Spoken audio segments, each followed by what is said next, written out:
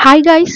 ఈరోజు మనం చాలా లిమిటెడ్ ఇంగ్రీడియెంట్స్‌తో ఇంట్లోనే ఈజీగా మ్యాంగో జామ్ ఎలా చేసుకోవాలో తెలుసుకుందాం. అండ్ దీంట్లో ఎటువంటి ప్రిజర్వేటివ్స్ అండ్ కలర్స్ కూడా ఉండవు.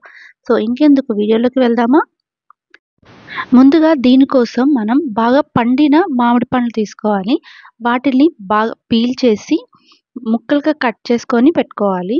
సో, ఇక్కడ నేను దాదాపుగా 1500 గ్రామ్స్ మ్యాంగో తీసుకుంటున్నాను.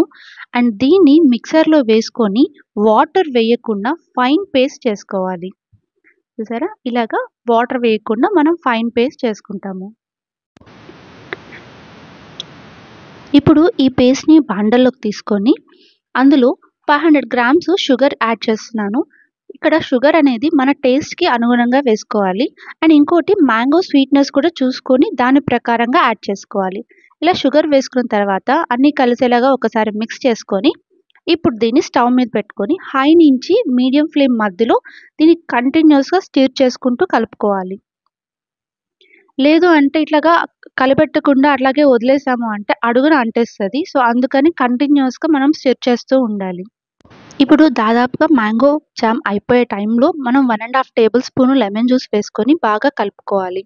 ఇప్పుడు జామ్ పర్ఫెక్ట్‌గా వచ్చిందా లేదా తెలుసుకోవాలంటే దీన్ని కొంచెం ప్లేట్‌లో వేసుకొని బెండ్ చేస్తే అది స్ప్రెడ్ అవ్వదు.